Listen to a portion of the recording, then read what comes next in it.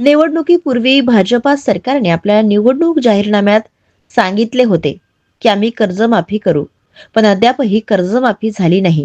राज्याच्या मुख्यमंत्री यांनी याकडे जातीने लक्ष देऊन शेतकऱ्यांची कर्जमाफी केली पाहिजे, अन्यथा जनता रस्त्यावर उतरल्याशिवाय राहणार नाही.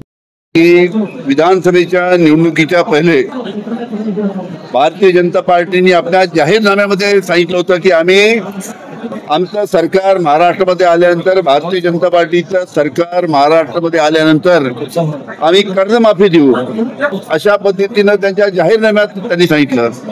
आज भारतीय जनता पार्टीचं सरकार आहे, भारतीय जनता पार्टीचे मुख्यमंत्री आहे, आणि असं असताना माननीय उपमुख्यमंत्री अजितदादा पवार यांचं जे आज वक्तव्य आलंय अतिशय दुर्दैवी आहे.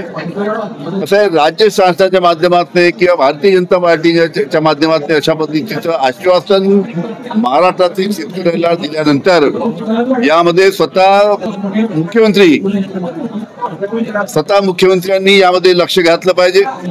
देवेंद्र फडणवीस यांनी लक्ष घालून लवकरात लवकर महाराष्ट्रातील शेतकऱ्यांना कर्जमाफी दिली पाहिजे, आणि ही जर दिली नाही तर जनता रस्त्यावर आल्याशिवाय राहणार नाही.